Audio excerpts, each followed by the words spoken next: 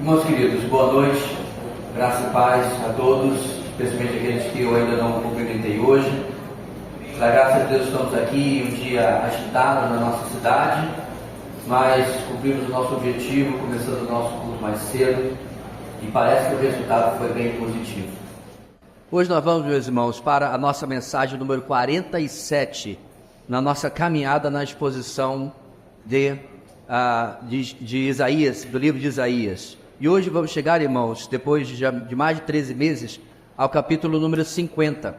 Em termos de duração, essa já é provavelmente encaminhando para a exposição mais longa que nós tivemos, superando daqui a pouco a exposição de Gênesis. E durante todo esse caminho, irmãos, e até o fim, nós temos comprovado esta frase, este tema, que engloba toda a mensagem deste livro. Quero convidar os irmãos a lermos a uma só voz. Vamos lá?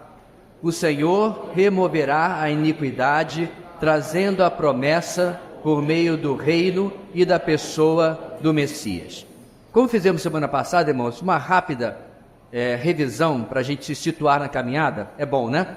Passa a semana inteira, alguns talvez assistiram novamente ou pela primeira vez durante a semana, mas não custa nada. Bem, primeiro, irmãos, nós vimos por muitos meses a primeira parte. Eu quero cuidar com as palavras aqui para não misturar os conceitos, né? Parte, divisão, a primeira parte de Isaías, do capítulo 1 ao 39, onde principalmente Deus confronta o povo de Judá, a nação do sul, porque ela constantemente buscava alianças com povos estrangeiros, em lugar de confiar no Senhor.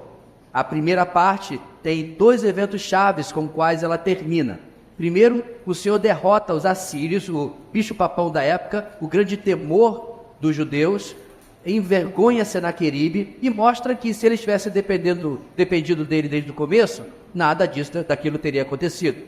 Mas o segundo evento, irmãos, encerra esta primeira parte do 1 ao 39, a profecia de Isaías de que os babilônios um dia iriam levar todos os tesouros de Jerusalém do templo, porque Ezequias havia exposto as suas defesas, exposto tudo para uma comitiva que viera visitá-lo.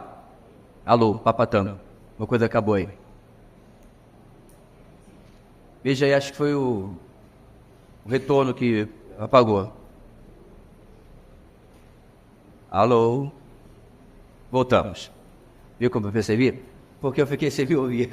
Então, irmãos, ele repreende a Ezequias, o profeta Isaías, por causa disso. E, de fato, irmãos, mais de 150 anos depois, se cumpriu o que Isaías disse, certo? Essa é a primeira parte. Então, nós começamos a ver, meus irmãos, a segunda parte de Isaías, que vai agora do capítulo 40 até o 66, no final. Agora o tom muda. Principalmente há profecias de esperança para o futuro. Mas, aqui e acolá, Deus não deixa de tratar, irmãos, o que precisa ser tratado. Isso que eu gosto do nosso Deus. Ele é sempre equilibrado. Ele nunca vai passar pano no pecado e nem vai ser tão duro que destrói o pecador. Ele vai trazer confrontação e graça, confrontação e esperança. Bem, o povo de Deus, infelizmente, ainda mostra sinais de rebeldia. E o Senhor expõe isso diante deles. Essa segunda parte que eu mencionei, do 40 ao 66, tem uma primeira divisão, ok? Que vai do 40 até o 48. Isaías escreve para a geração futura que estaria na Babilônia. Essa divisão inicia com o povo sendo informado sobre o consolo que poderia esperar do Senhor, mesmo passando por um cativeiro, o Senhor iria restaurar o seu povo. Ele estava no controle de todas as coisas. O Senhor traz promessas de um reino futuro, e no centro deste reino, a pessoa do Messias, que nós hoje, se bem sabemos, é o Senhor Jesus Cristo. Além disso, o Senhor mostra que o seu servo deveria anunciar às nações aquilo que ele estaria fazendo. Porém, esse 40 ao 48, irmãos, inclui uma defesa. Ele se torna uma defesa porque o povo começa a reclamar que o Senhor não ligava com o destino de Judá, que o Senhor não se importava com o que acontecia com eles. E pior, o povo começa, digamos assim, irmãos, a flertar com os falsos deuses, com os ídolos da Babilônia, porque aparentemente, na briga entre eles, eles haviam ganhado. Na briga entre o Senhor de Israel, o Deus de Israel, e o Deus babilônios, as aparências passavam que o Senhor havia perdido. E nós, obviamente, sabemos que isso não é verdade. Na sua defesa, o Senhor dá dois argumentos para comprovar isso. Primeiro, O exílio babilônico era resultado direto da rebeldia de Judá e era uma disciplina divina, e não porque Deus dormiu no pedaço, porque Deus dormiu no serviço. Não era uma negligência da parte de Deus, era uma ação da parte de Deus. Segundo argumento da sua defesa, que ele mesmo, o Senhor da história, iria cuidar do futuro de Israel, de Judá, levantando Ciro, o persa, para derrotar e castigar os babilônios, finalmente libertando seu povo. Bem, no final do julgamento, no capítulo 48, irmãos, essa tudo nós já vimos, né? Inclusive já encerramos há 2 semanas, Deus conclui dizendo que o seu povo parecia que nada havia aprendido. Décadas já estavam se passando do cativeiro e parece que a dureza do coração, a dureza do pescoço, né, da cerviz, não acabava. Deus mostra que as suas promessas, porém, não o impediriam de disciplinar o seu povo, uma vez que eles continuavam se apegando a falsas esperanças, em lugar de esperar nas promessas e oportunidades de redenção que só o Senhor poderia oferecer e tornar realidade. Assim, no final desta sessão, desta divisão, Deus anuncia que vai fazer algo novo. Ele traria então, uma vez que Israel não consegue preencher o papel que deveria ter, ele traria uma solução definitiva para fazer aquilo que Israel jamais conseguiu fazer. E é isso que nós encontramos onde nós estamos hoje, nesta segunda parte, primeira divisão, segunda divisão de Isaías, ok? Que vai agora do 49 ao 57. Foi o que a gente começou a semana passada. Começamos a ver, meus irmãos, como diante de mais esta reprovação de Israel, o Senhor traz a figura do servo do Senhor, um novo título para o mesmo Messias, ok? Aquele então que iria cumprir seus propósitos e planos e trazer a redenção final e definitiva para Israel e para o mundo.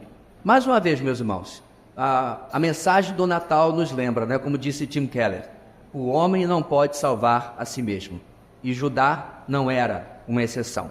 Por isso, meus irmãos, seguindo agora para o capítulo 50, nossa segunda mensagem desta segunda divisão, ok? A nossa grande ideia de hoje, você pode anotar no seu boletim, nos ensina que a perfeita obediência do servo do Senhor deve confrontar nossa independência e incredulidade. A perfeita dependência do servo do Senhor deve confrontar a nossa independência e incredulidade. Bem, o Senhor Jesus, é óbvio, irmãos, veio a ser este servo do Senhor prometido no nosso texto. E, obviamente, o nome dele não é mencionado aqui, né, ainda, né, ele só é mencionado no Novo Testamento. E, de fato, nem mesmo Isaías usa o seu título de Messias, que nós conhecemos como Cristo, aqui no nosso livro. Aqui ele é o servo de Yahweh, o servo do Senhor, diferente do povo de Israel. Ele, este verdadeiro Israel, será perfeitamente obediente e cumprirá tudo que o Senhor planejou para ele.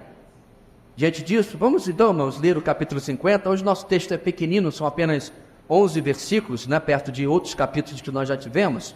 Então eu quero convidar os irmãos a me acompanharem neste bonito coral e aprendermos sobre a perfeita obediência do servo do Senhor nesta noite e o que isso deve resultar para nós. Vamos lá, versículo 1.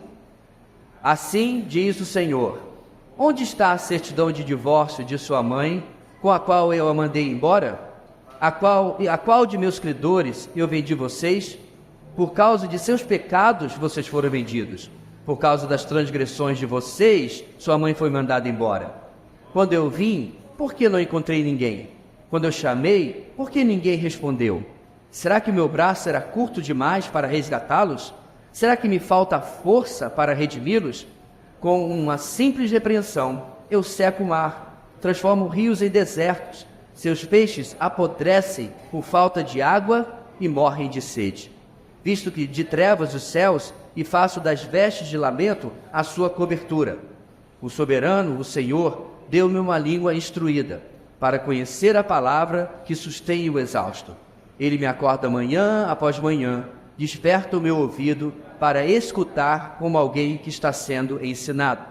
O soberano, o Senhor, abriu os meus ouvidos, e eu não tenho sido rebelde, eu não me afastei. Ofereci minhas costas àqueles que me batiam, meu rosto àqueles que arrancavam minha barba. Não escondi a face da zombaria e dos cuspes, porque o Senhor, o soberano, me ajuda, não serei constrangido. Por isso, eu me opus firme como uma dura rocha, e sei que não ficarei decepcionado. Aquele que defende o meu nome está perto. Quem poderá trazer acusações contra mim? Encaremo-nos um ao outro. Quem é o meu acusador? Que ele me enfrente. E é o soberano, o Senhor, que me ajuda. Quem irá me condenar? Todos eles se desgastam como uma roupa. As traças os consumirão. Quem entre vocês teme o Senhor e obedece à palavra de seu servo? Que aquele que anda no escuro, que não tem luz alguma, confie no nome do Senhor e se apoie em seu Deus. Mas agora, todos vocês que acendem fogo e fornecem a si mesmos tochas acesas, andem na luz de seus fogos e das tochas que vocês acenderam. Vejam o que receberam da minha mão, vocês se deitarão atormentados. Vamos começar hoje, irmãos, esse breve texto apenas do versículo 1 ao versículo 3. E eu achei muito interessante como Isaías constrói um argumento muito simples, que está resumido na nossa grande ideia.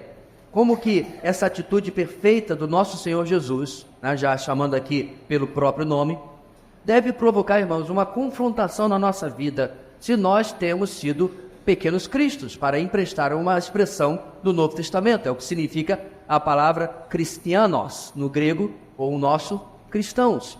Pequenos cristos. Se nós temos de fato imitado, ou se em algum ponto da nossa vida nós percebemos semelhanças, infelizmente, mais próximas do povo de Israel no Antigo Testamento. Antes de mais nada, eu concordo. É impossível sermos à risca do que Jesus era. Não se preocupe com isso. Da mesma forma, irmãos, é óbvio que em um ponto ou outro da nossa vida, nós pecamos, erramos e nos comportamos como nossos queridos irmãos do Antigo Testamento. Este não é o ponto. O ponto, meus irmãos, é o desejo do meu coração, a inclinação do meu coração, o estilo da minha vida. Guarda essa palavra para daqui a quase uma hora, um pouco menos. A gente vai falar sobre isso. Qual é a visão do meu comportamento? Sabe que eu sou um crente domingueiro? Sou um crente de evento? Eu sou um crente de reunião? Ou o Senhor Jesus acompanha a minha vida a cada momento?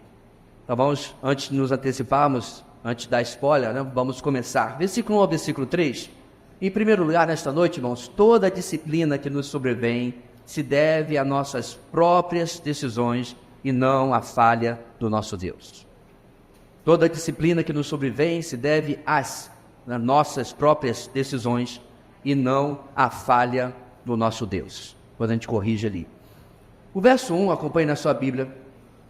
O Senhor Jesus usa um simbolismo com o casamento para retratar a reprovação de Israel. Reforce a palavra simbolismo. Ele inclui nesse simbolismo o divórcio dele com a nação de Israel, se referindo ao envio deles para o cativeiro babilônico, esse rompimento que eles tiveram.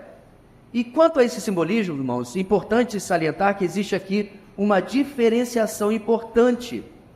Essa diferenciação se refere ao divórcio de verdade, da lei mosaica, e este que o Senhor está ilustrando aqui. Na Torá, o livro de Moisés, a retomada de um casamento rompido não era permitido. Então, A divorciou-se de B, certo? Acabou. Na lei mosaica, essa é uma lei, meus irmãos, civil, isso é uma lei da sociedade civil judaica da antiguidade, esse casamento não poderia ser reatado, ok? Estou especificando isso porque eu não estou trazendo isso para nós aqui, eu quero apenas fazer a diferenciação. E o divórcio, porém, é importante salientar, ele não era a regra, era uma concessão dada pela lei de Moisés. Qual a razão? Por causa da dureza do coração do homem antes da nova aliança. Isto é, antes do novo nascimento em Cristo Jesus. Coração de pedra, falado pelos profetas. Ok? Tal como eram os israelitas no Antigo Testamento. E quem fala, meus irmãos, sobre essa dureza de coração como razão para Moisés permitir o divórcio? Não sou eu, é o próprio Senhor Jesus. Em Mateus 19, versículo 8, Jesus respondeu: Moisés permitiu que vocês se divorciassem de suas mulheres por causa da dureza do coração de vocês. Mas não foi assim desde o princípio. Isso não é o plano de Deus. Não existe permissão contínua de Deus até hoje. Esta é uma lei civil dentro do povo de Israel. Bem, isso dito, Nós vamos lembrar, meus irmãos, que o princípio aqui nesse texto, no versículo 19 de Mateus, se refere à criação, se refere antes da queda. Okay? Então o pecado tem a sua mãozinha magra aí, com certeza, atrapalhando a vida do ser humano. Então, para mostrar a gravidade do divórcio, uma das regras era a impossibilidade do retorno para o marido ou esposa abandonados. Ora, se não podia retornar para o verdadeiro cônjuge, está implícito que não havia possibilidade de buscar um outro cônjuge dentro da cultura judaica. Mas voltando para o nosso texto, vamos lá para o versículo 1, que a gente nem saiu dele ainda. O Senhor não está usando, irmãos, o simbolismo do divórcio e do casamento em todos os detalhes da lei, não é isso aqui. Se trata apenas de um simbolismo para o cativeiro babilônico. É a razão declarada no texto, versículo 1, por causa das transgressões de vocês, sua mãe foi embora, foi mandada embora. Então ele está mostrando, irmãos, que esta separação, certo? Este rompimento se devia aos pecados de Israel. Além disso, precisamos também perceber que esse simbolismo se encontra como parte de um questionamento vindo do Senhor. Um duplo questionamento. Olha o texto. Primeiro ele pergunta: onde está a certidão de divórcio de sua mãe, com a qual eu a mandei embora? E logo em seguida ele pergunta: a qual de meus credores eu vendi vocês? Usando aqui a linguagem de quando alguém era vendido como escravo, porque não podia pagar pela sua dívida. Então ele pagava com a própria vida entregue para a servidão. Dessa forma, irmãos, o divórcio e a venda para a escravidão, certo? Realmente aconteceram. Eles de fato foram para o cativeiro. Porém, nem a confirmação do divórcio, nem a confirmação da venda podem mais ser encontradas. Deus está falando aqui: eu não vejo mais essa certidão, eu não vejo mais esse recibo. Eu vou mudar o que eu fiz há 70 anos atrás com vocês. E vou restaurar a esperança para o meu povo. O verso 1, então, por um lado, irmãos, aponta a misericórdia de Deus, e por outro lado aponta a sua disciplina. Eles de fato pagaram, sendo vendidos, eles de fato sofreram este divórcio, este afastamento de Deus. Isso aconteceu com a primeira geração do cativeiro, certo? A geração lá do final da vida de Jeremias. Porém, agora para a geração que irá retornar ao cativeiro, que é a geração, irmãos, do final da vida de Daniel, certo? É a geração de Esdras, Neemias, Zorobabel, Esther, não é isso? O Senhor agora deixa transparecer que irá restaurar tudo e irá trazer o seu povo de volta. O verso 2 continua, acompanhe na sua Bíblia, o discurso de Deus. Israel, portanto, sim, era culpado. Mas agora, irmãos, o tempo da disciplina do cativeiro iria chegar ao fim. O Senhor iria levantar os persas, nós já vimos isso, mais precisamente o rei Ciro, para libertar o seu povo. Porém, meus irmãos, de forma surpreendente, este segundo verso começa com o Senhor procurando pelo seu povo, como se não o encontrasse, como se ele estivesse fora do seu alcance. Ele está procurando o seu povo. Enquanto o povo de Israel, séculos antes, saiu do Egito às pressas, saiu do Egito ansioso por deixar aquele lugar para trás, olha que esquisito, irmãos, esta nova geração, no final do cativeiro, parecia relutante, seduzida e acostumada à vida fora de Israel e já integrada, de certa forma, ao Império Babilônico, agora se tornando o Império Medo-Persa. Isso é terrível. Isso é um reflexo, meus irmãos, de quando o Senhor nos oferece algo, mas o mundo nos atrai mais. A outra alternativa nos atrai mais. Promessas de restauração, promessas de saída de lá. Isso fica, inclusive, claro, porque levou anos e várias lepas para o povo finalmente voltar num número considerável para Jerusalém e para a reconstrução. Então, meus irmãos, a ilógica humana dessa postura e a sabedoria divina aqui mostram já para nós um contraste. Primeiro, a rejeição de Israel pelo Senhor Deus foi algo totalmente irracional e injustificável. Porém, a disciplina divina foi totalmente justificável. Agora, segundo lugar, eles achavam que Deus não poderia pagar o resgate por eles ou libertá-los. É como se Deus agora tivesse ficado pobre, incapaz, impotente para fazer aquilo que vem prometendo. Eu vou tirar vocês da Babilônia, eu vou livrar de vocês daí. Eu estou anunciando com 150 anos de antecedência o nome da pessoa que vai assinar para vocês voltarem. E o povo dizia, será? Será que Deus tem condições de fazer isso? Será que Deus tem poder para fazer isso? Será que Deus tem meios para fazer isso? Será que Deus tem condição de fazer aquilo que Ele cumpre? A resposta de Deus, meus irmãos, sim. Ele é aquele, diz o texto, que pode reter a chuva, secar rios, tão somente com uma simples ordem, uma simples palavra dos seus lábios. Ele é aquele que faz a noite cobrir os céus, encerra o nosso versículo 3. Deus está dizendo, você ainda não entendeu quem eu sou? É interessante, meus irmãos, que nós seres humanos, até alguns heróis da Bíblia, temos esse péssimo, heróis entre aspas aqui, né? Grandes figuras da Bíblia, temos esse péssimo hábito, irmãos, de duvidar de Deus. O próprio Deus teve que perguntar a Abraão, qual é um dos títulos mais conhecidos, irmãos, de Abraão? Tem um amigo de Deus, mas tem outro muito bom, qual é? Pai da fé. Ao pai da fé, em Gênesis capítulo 18, ele teve que perguntar o seguinte, o Senhor teve que perguntar para ele, existe alguma coisa impossível para o Senhor? E por que ele perguntou isso, irmãos? Porque logo depois o Senhor responde que dali a aproximadamente um ano, com a chegada da primavera, a idosa Sara, aos 90 anos de idade, certo? Põe na sua mente aí, uma pessoa de 90 anos de idade que você conheça, ela daria luz ao filho da promessa, ao filho que 15 anos antes aproximadamente Deus havia prometido a eles. E ele recebeu o nome de Isaac. Ele foi chamado assim, meus irmãos, por dois motivos. Ele foi chamado Isaac primeiro por causa do riso de incredulidade dos seus pais. Quando eles ouviram, primeiro Sara estava lá, né, bisbilhotando lá da porta da tenda, onde Abraão estava comendo com o Senhor e mais 2 anjos, lembra do texto? É logo antes da destruição de Sodoma e Gomorra. Quando ela ouve essa palavra do Senhor, que ela daria a luz dali à primavera, Sara ri lá dentro. Não é rir de alegria, rir de incredulidade. Mas interessantemente, irmãos, o nome de Isaac também é esse, porque depois vem o riso de alegria. O riso de alegria diante do inigualável poder do Deus para quem nada é impossível. E eu fiquei tentado, irmãos, aqui no nosso texto, ficar citando vez após vez os exemplos de incredulidade, os exemplos de fé na impossibilidade de Deus, que nós temos no Antigo Testamento em especial. E eles estão lá, meus irmãos, como um enorme alerta para nós.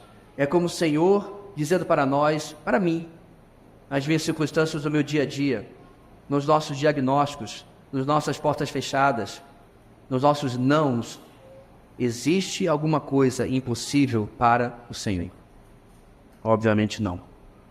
Então, meus irmãos, em primeiro lugar, nós vemos como Deus está mostrando a disciplina que vem sobre as nossas decisões. Aliás, o que eu fiz aqui que eu troquei de página errada, desculpe.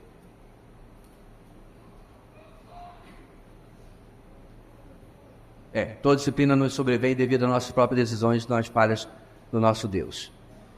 Tá certo isso, estava essa frase mesmo antes? Estava? Eu que troquei aqui. Falha de um dia corrido.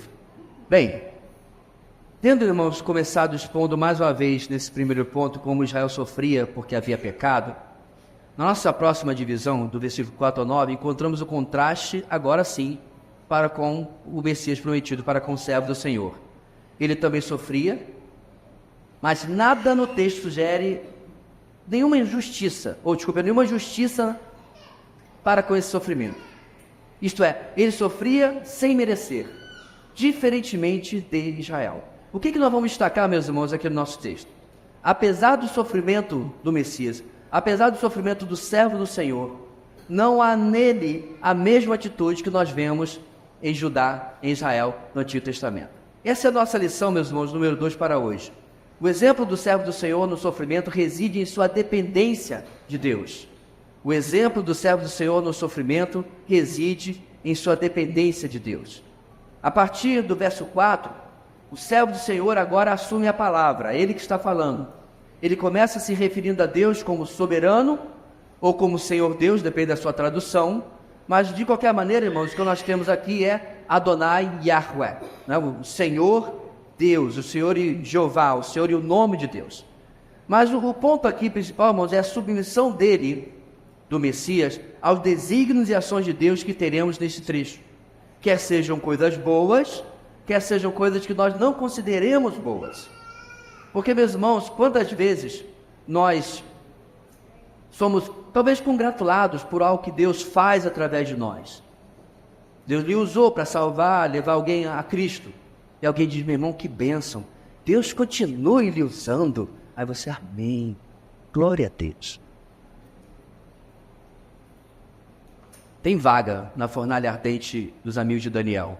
Quer? Tem vaga no apedrejamento de Estevão. Alguém quer? Nós não escolhemos, irmãos, como vamos glorificar a Deus. Sim, Ele é glorificado pelas bênçãos, pelas coisas que Ele faz na nossa vida. À medida que vidas vão sendo transformadas no ministério que Deus tem nos dado nesta igreja há 21 anos, não é o nome da igreja que é exaltado, não é o nome de homens que é exaltado, é o nome do Senhor. Isso é glória para Deus. Mas Deus muitas vezes, irmãos, vai ser glorificado no sofrimento, e isso foi exatamente o que aconteceu com o servo do Senhor. E ele não se rebela. E ele não protesta. Então nós temos aqui, meus irmãos, um povo que está passando pela prova, não está dando glória a Deus, como dizia a velha música, e merece pelo que está passando. E aqui nós temos para confrontar este homem prometido, que realmente veio, passou por provas a sua vida inteira. O autor de Hebreus diz que ele aprendeu a obedecer pelo sofrimento e nunca culpou a Deus, nunca reclamou, nunca se rebelou, sempre se submeteu. Eis aqui o contraste absoluto que nós temos aqui.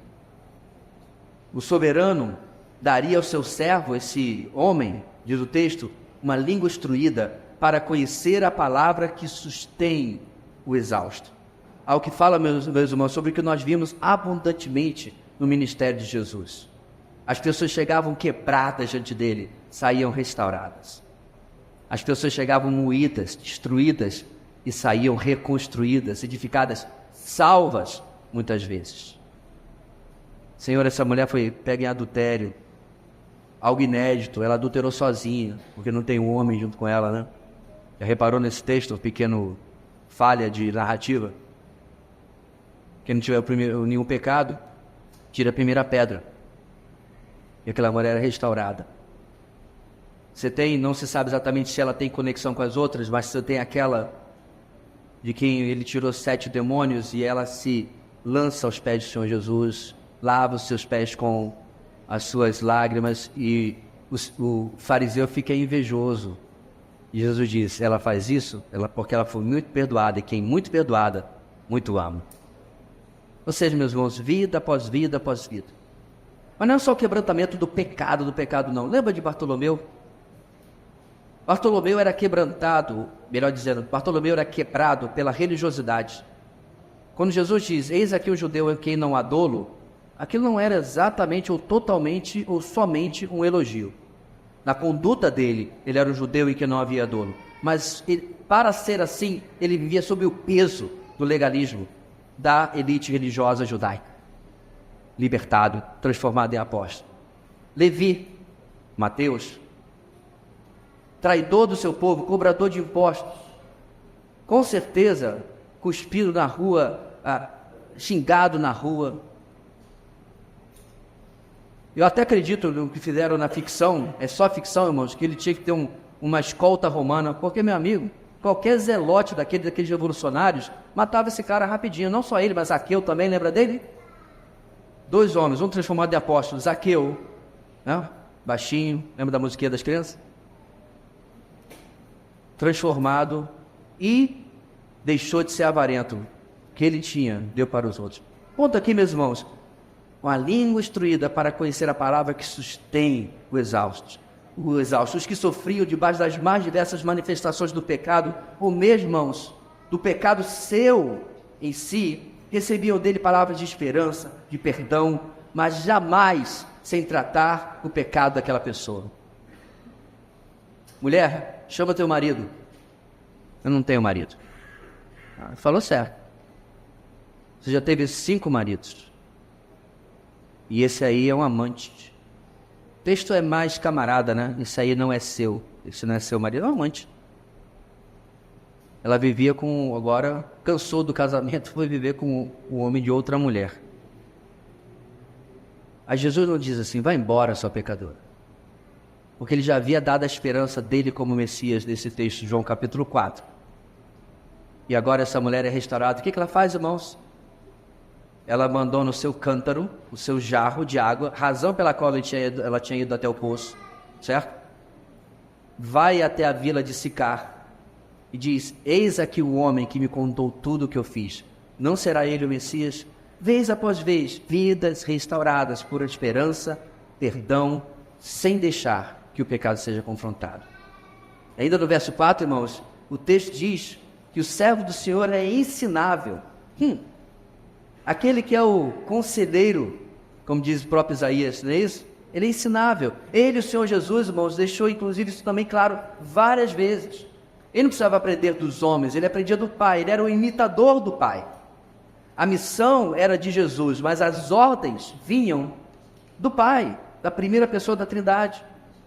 Até mesmo quanto ao plano de redenção, que incluía a sua morte, Jesus o fez, irmãos, obedecendo ao Senhor Deus. João registra no João capítulo 10, 17 e 18, aspas, por isso é que meu Pai me ama, porque eu dou a minha vida para retomá-la. Ninguém a tira de mim, mas eu a dou por minha espontânea vontade. Tenho autoridade para dá-la e para retomá-la. Conclusão, esta ordem recebi de meu Pai. Obediente em tudo. Aqui Isaías, meus irmãos, portanto, já registra antecipadamente a obediência ensinável do Messias. Eu fico pensando, meus irmãos, nos deuses que a humanidade inventou ao longo da história. Eu posso estar errado porque eu não fiz curso de divindade ou de história das religiões, mas eu nunca ouvi falar de um Deus humilde. Eu acho até que alguém já escreveu um livro com esse título, O Deus Humilde. Não apenas porque o Senhor Jesus, irmãos, toma a nossa forma falível, humana, carnal, doente, passível de dor como nós, mas porque, meus irmãos, nessa posição ele assume posturas que eu, este verme, não faço. Este ser finito, não tomo. E ele assim o tomou durante a sua vida. Nunca houve, irmãos, um pescoço que não se dobrasse na pessoa do nosso Senhor ou nariz que se empinasse. Nunca houve debaixo dele um pedestal. Nunca houve nada que mostrasse que não fosse a pessoa humilde que vemos nesse texto. Por isso, no verso 5, ele se retrata, se mostra como alguém que ouve a Deus e não é rebelde. E detalhe, irmão, sutilmente aqui, o servo do Senhor dá uma indireta, uma cutucada no povo de Israel. Por quê? Porque de diversas formas, ao longo dos séculos, os profetas de Deus acusaram o povo de Israel de não ouvir, de não atender a tantas palavras que foram pregadas a eles. Por outro lado, o servo do Senhor ouviria, e de fato ouviu, mas o contraste, claro, entre o povo de Israel e o Senhor. Mas aí, meus irmãos, então um problema. Se obedecermos a Deus, seremos vitoriosos e tudo vai bem conosco? Não é só vitória? Não é a frase feita? Não é a frase que a gente ouve por aí? E aí, meu irmão, como é que tá? Só vitória?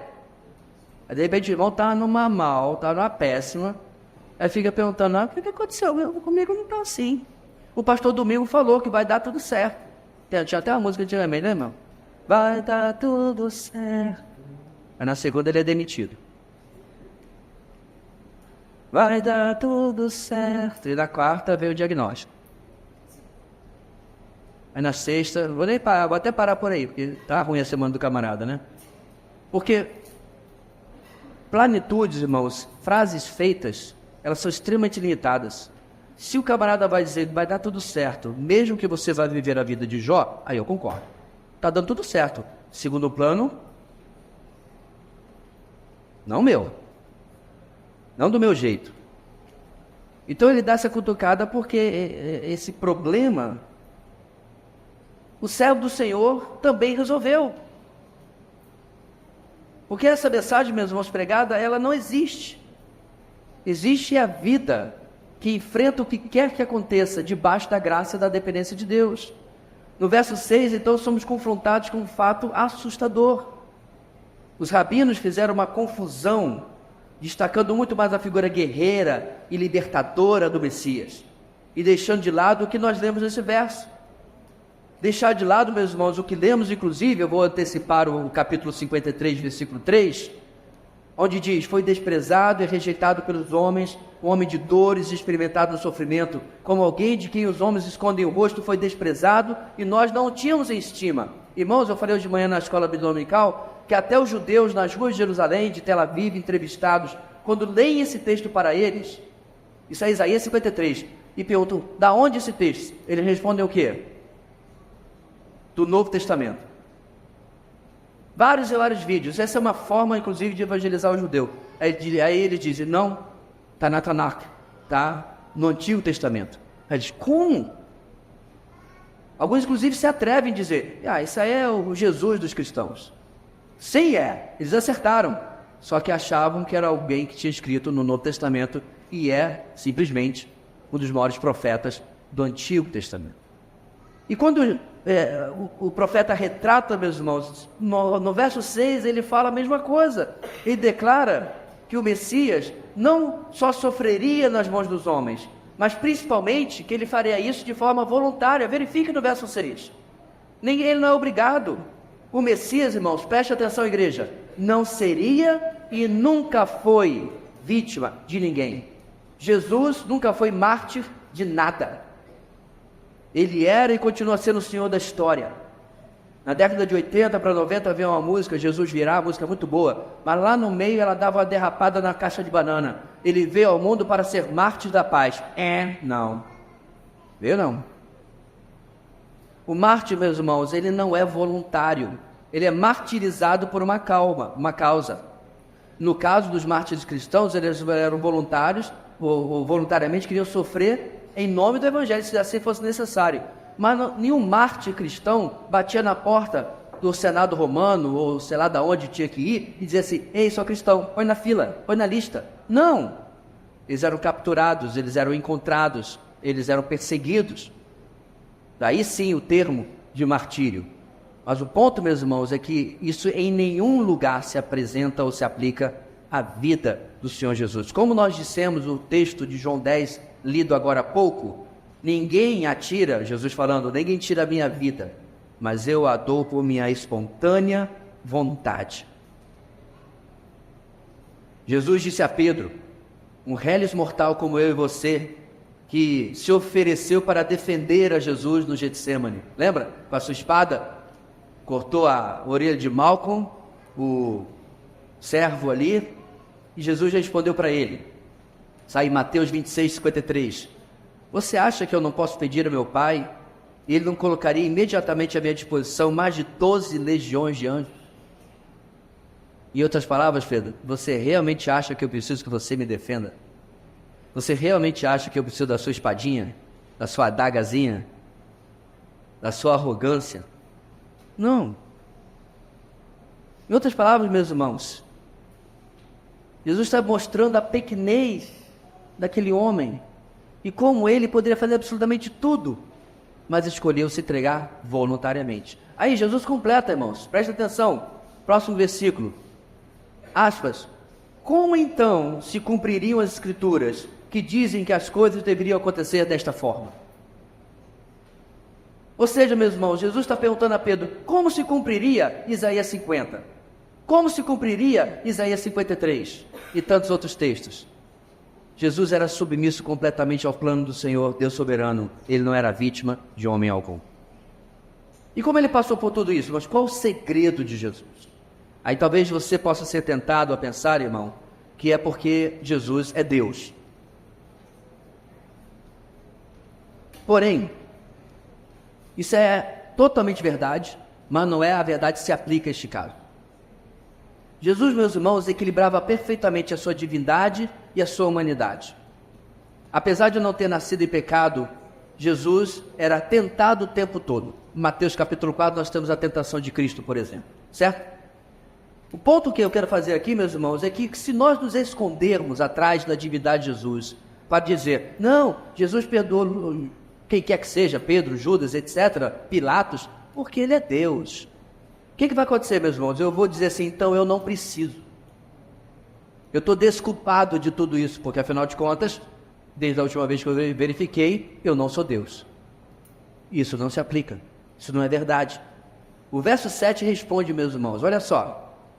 Porque o Senhor, o soberano, me ajuda, não serei constrangido.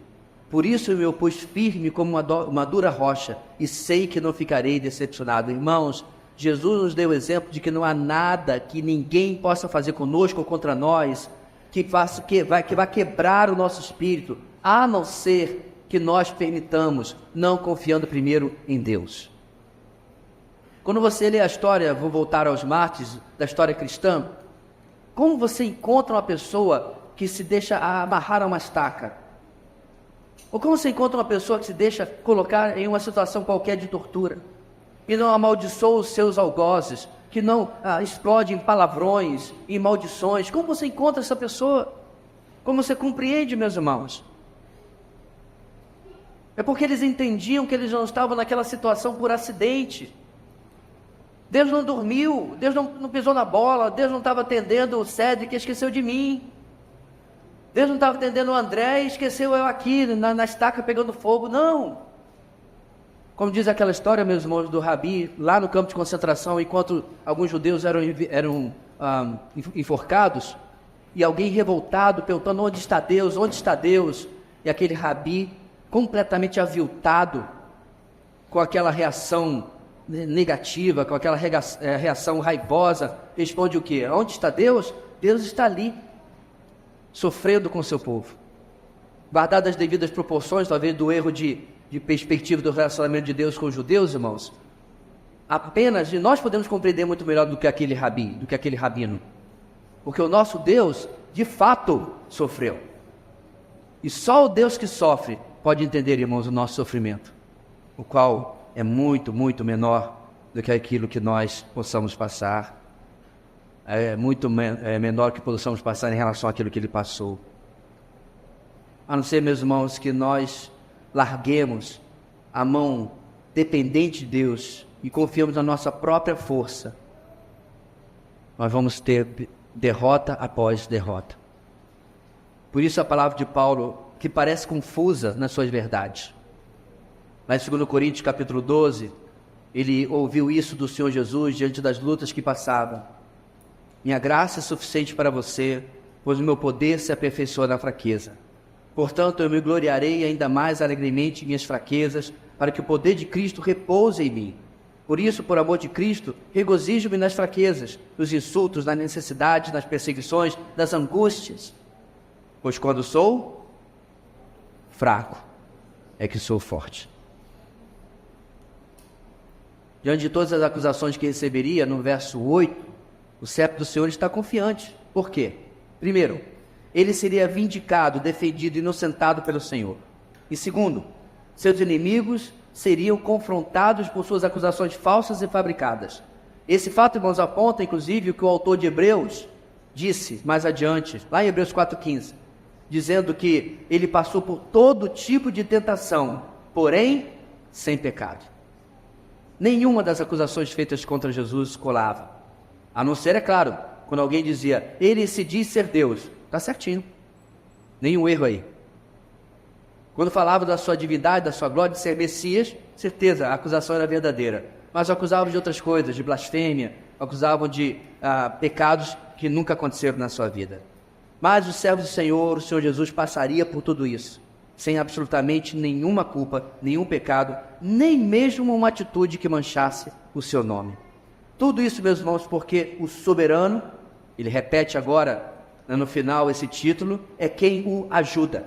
A palavra ajuda, a palavra atzar, aqui presente, irmãos, é a mesma palavra que você tem em Ebenezer.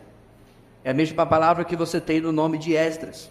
Mesma palavra, meus irmãos, que se refere à mulher, lá em Gênesis capítulo 2, 18. Não é bom que o homem esteja só, farei para ele alguém que o auxilie.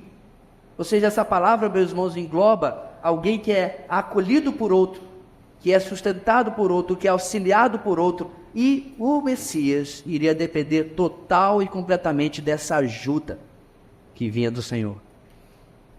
E diante dessa ajuda incomparável, o servo do Senhor confiantemente desafia: pode condená-lo?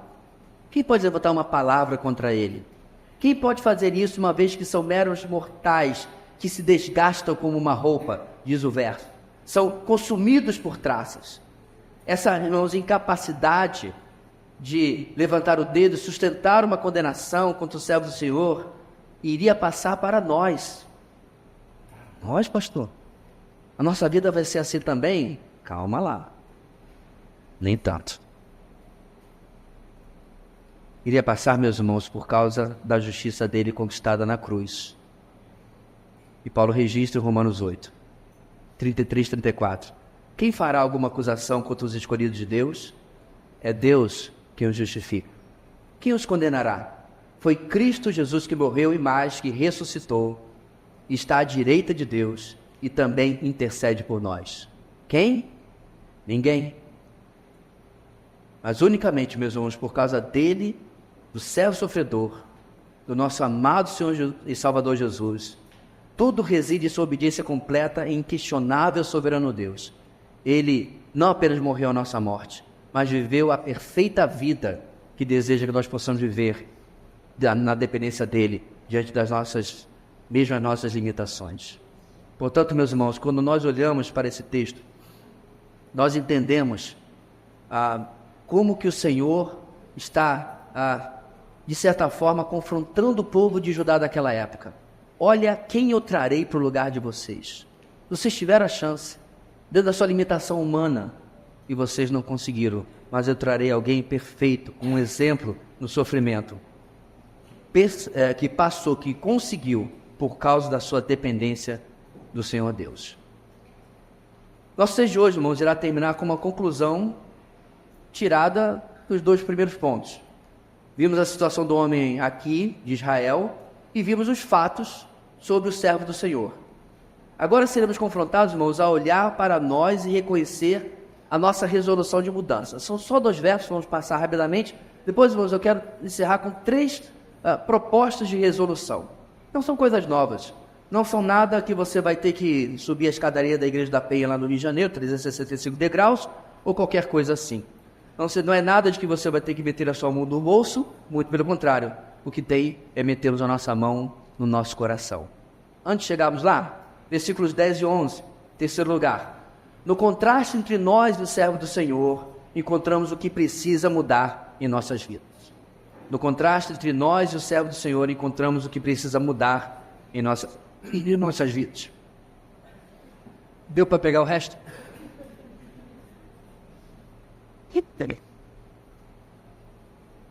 Graças a Deus pela tecnologia, está lá e vai estar aqui embaixo também.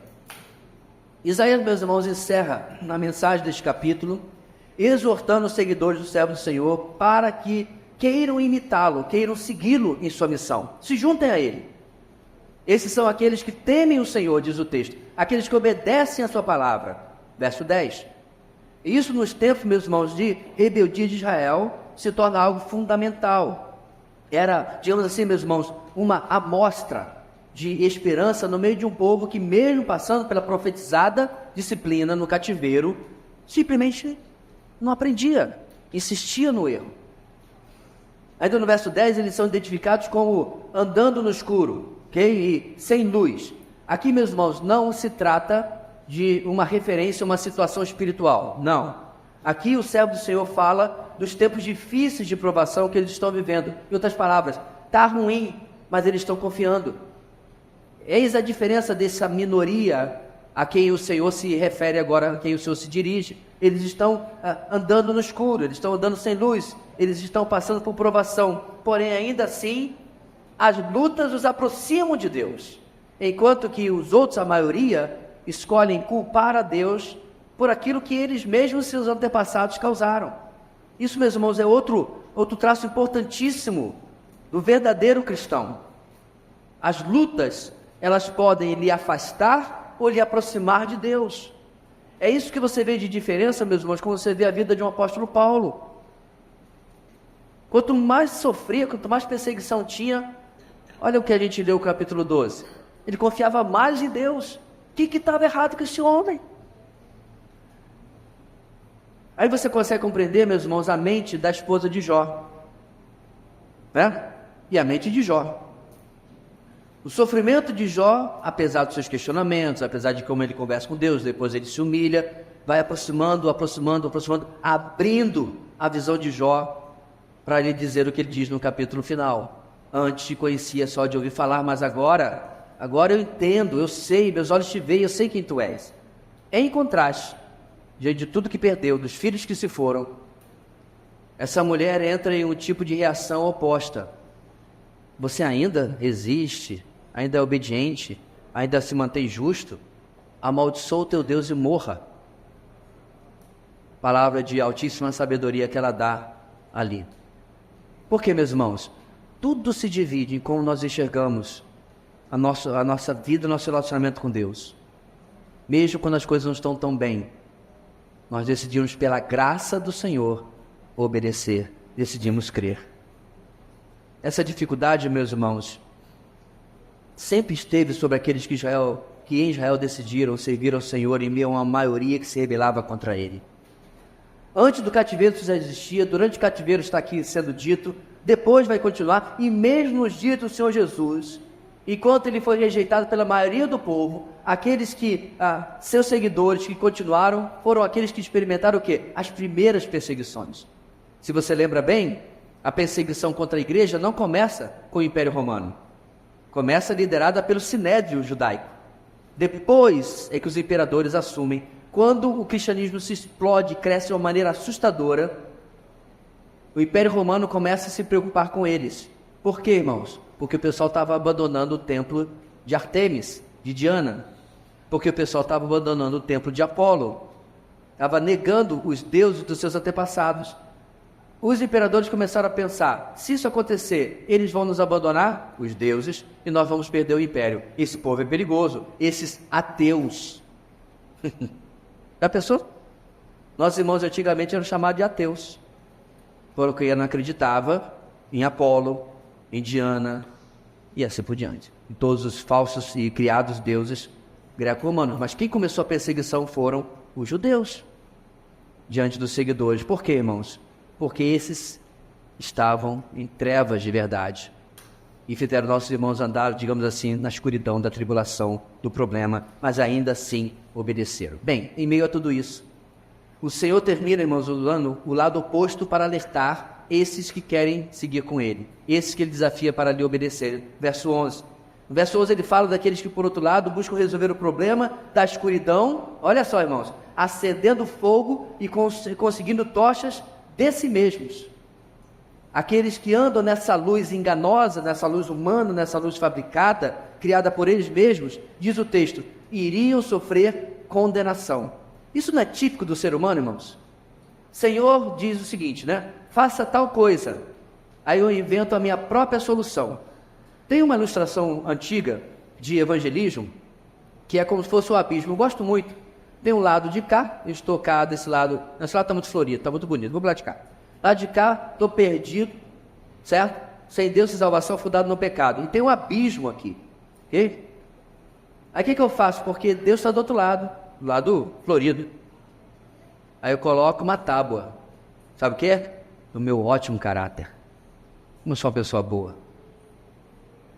Aí eu coloco outra tábua, né? Prego, parafuso, tanto faz.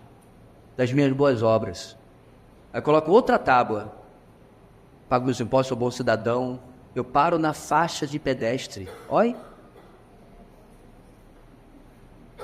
Estou me achando. Só que no meio do caminho, porque dá falta um pedação, essa ponte de tábuas das minhas obras, e lá vou eu para baixo do abismo. Tem uma outra solução. Uma ponte de cruz que é colocada aqui, na qual eu não tenho mérito algum, não fiz absolutamente nada, e Ele fez tudo. Agora eu posso passar pela ponte da graça, e aí sim, eu chego ao lado florido, onde Deus está. Foi o que aconteceu com a minha vida, não foi com a sua também? O Evangelho nos alcançou, nos quebrantou e nos trouxe. Essas pessoas do último texto estão crendo na sua luz enganosa, na sua luz fabricada, seus próprios méritos.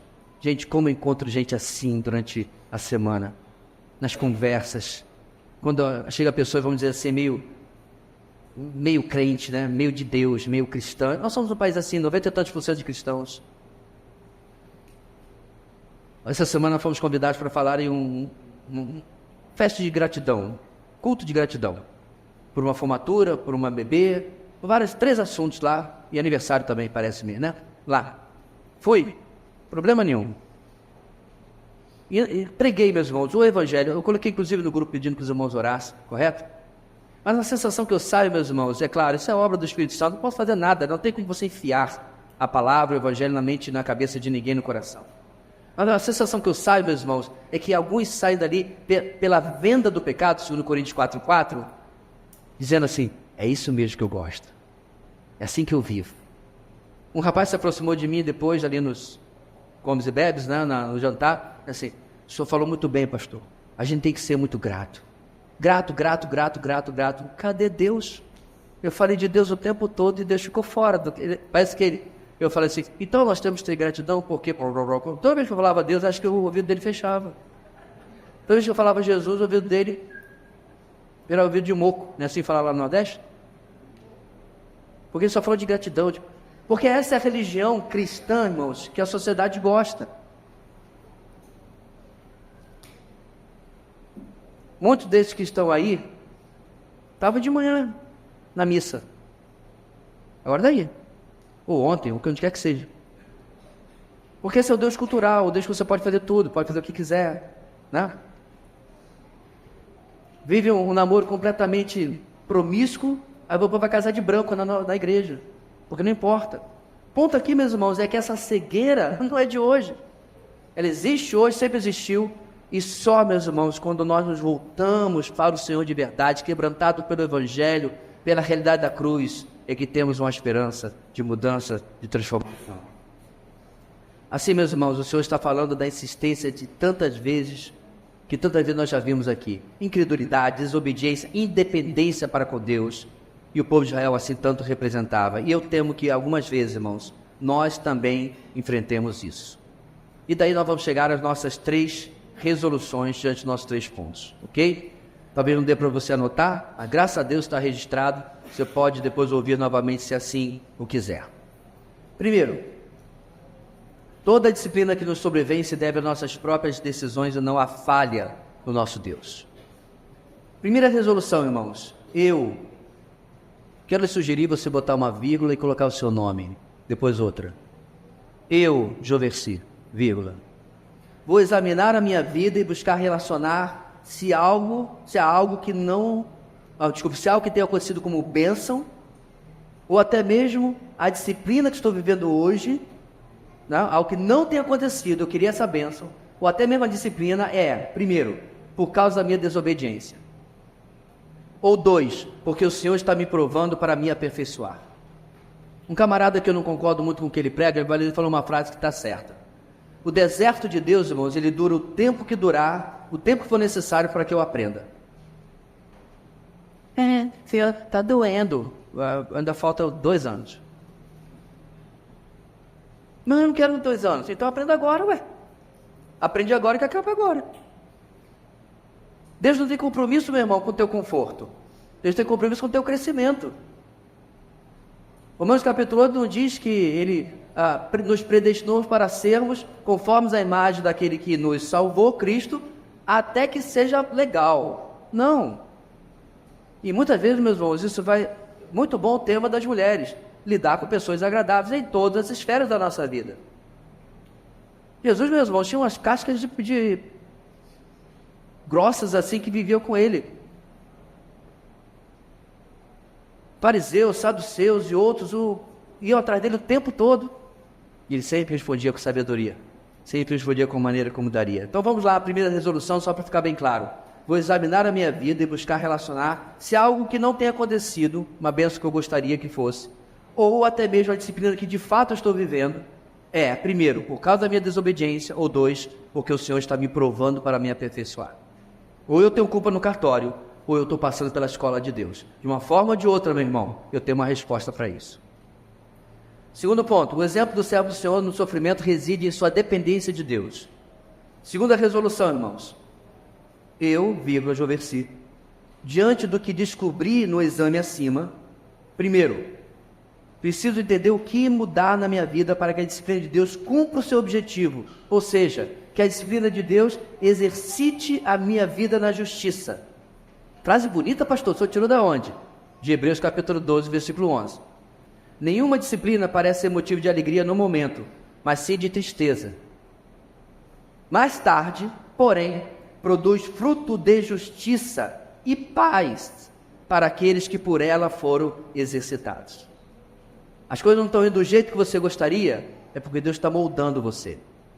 Mas também uma segunda coisa, irmão, se este exame mostrar apenas que o Senhor está moldando a minha vida, ou seja, não é disciplina, e eu buscar me submeter alegremente, pois sei que também isso, amados, é uma manifestação do amor de Deus por nós. Quando você manda o seu filho fazer a disciplina da escola, é porque você o odeia? Nem toda criança é assim, mas a maioria diz, quero estudar de novo, eu já estudei semana passada, estudei ontem, né? Aí você pega a criança, senta na cadeira, senta com ela e tal, vai comer, vai estudar, mas comer também. Aí começa a comida todinha, tem um monte de criança na África, quem já? Antes da sua mãe também? Por que fazemos isso, irmãos? Porque amamos. Crianças, aqui, essa é de graça, tá, irmão? Que nem o pastor Edson Naves, agora eu vou dar uma dele, essa aqui é de graça. Crianças sem limites, sem disciplina, tem uma grande propensão a ser um tipo de sociopata no futuro. Talvez não clinicamente falando, mas são aquelas pessoas intragáveis que você tem no emprego. Não ouviram não. Eram reizinhos na sua casa. Uma senhora falava para mim, trabalha numa determinada papelaria, que ela estava para se esconder, porque ela não conseguia esconder a feição da sua cara.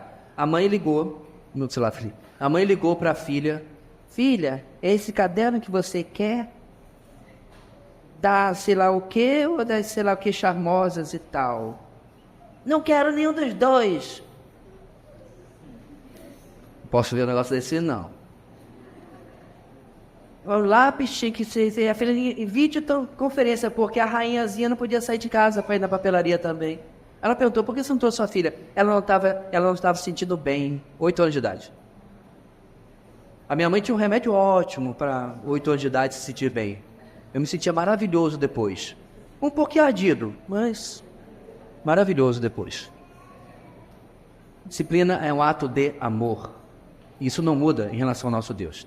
Para fechar, irmãos, terceiro ponto. No contraste entre nós e os servos do Senhor, encontramos o que precisa mudar em nossas vidas. Terceira resolução, Joversi, diante da tremenda confiança que aprendo na vida do meu Senhor e Salvador para com Deus, e diante do prejuízo na vida daqueles que se rebelam de forma obstinada contra Ele, preciso mudar não apenas coisas que hoje estejam causando disciplina na minha vida.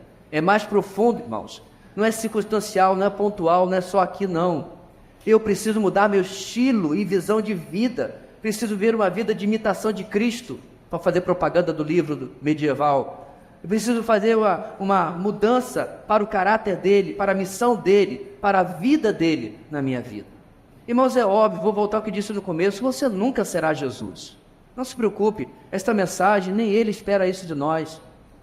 Mas às vezes, irmãos, nós estamos descansando neste fato. Ninguém é perfeito, quem já viu isso? Ninguém é perfeito, mas você também não está tentando. A perfeição, meus irmãos, ele é um estado inalcançável neste sentido, mas ainda assim na Bíblia diz que nós devemos ser perfeitos, assim como é perfeito o nosso Pai que está nos céus. A Bíblia se contradiz? Não. Ela apenas está dizendo, não se acomode com a sua vida. Não pare no mesmo lugar. Invista constantemente. Quando a gente chega, meus irmãos, a mais da metade da nossa vida, eu acho muito improvável que eu vá chegar a 108 anos. Quando a gente chega a mais da metade da nossa vida, a gente sim tem arrependimento de como a gente podia ter aproveitado oportunidades melhores.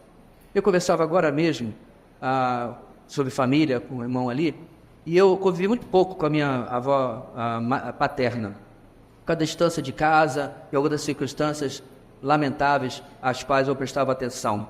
E eu lamento muito porque as histórias que eu vi depois do seu falecimento, de mulher de oração, de mulher de referência em Mimoso do Sul, no Espírito Santo, mulher que era antes benzedeira, sim, como você tem aqui, se converte e agora se transforma em uma pessoa que as pessoas vão buscar para receber oração. Uma mulher que criou 22, buscando mantê-los o máximo possível, ela e meu avô, claro, no conhecimento do Senhor. Não aprendi nada, absolutamente nada. Deixei a oportunidade de simplesmente passar e não aprendi nada. Pela graça de Deus, eu aprendi com o outro avô. Meu ponto aqui, meus irmãos, você é jovem, aonde você está investindo a sua vida com Deus? Mas mesmo você que já está mais para o lado do Cabo da Boa Esperança como eu, quanto tempo nós temos de vida, irmãos? Como eu falo sempre sem ser lúgubre, este pode ser o meu último sermão. Mas eu ainda posso ter mais outros 800 pela frente. Eu não sei. A ampulheta da nossa vida é desconhecida.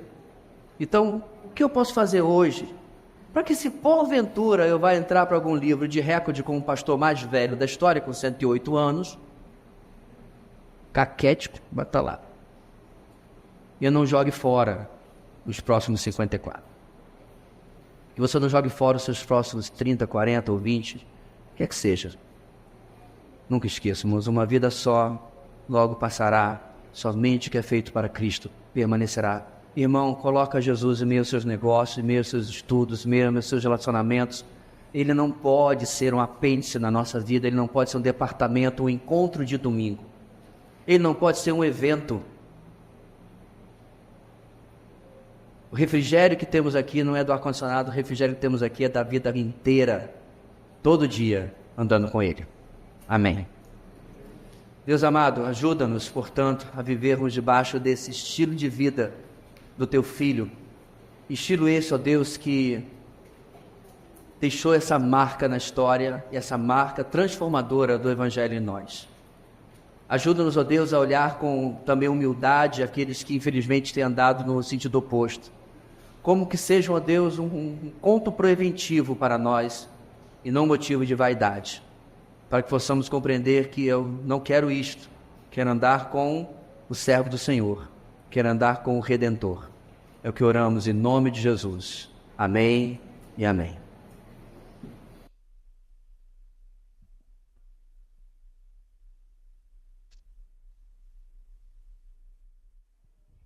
Convido a igreja a ficar de pé. Glória a Deus pela sua palavra.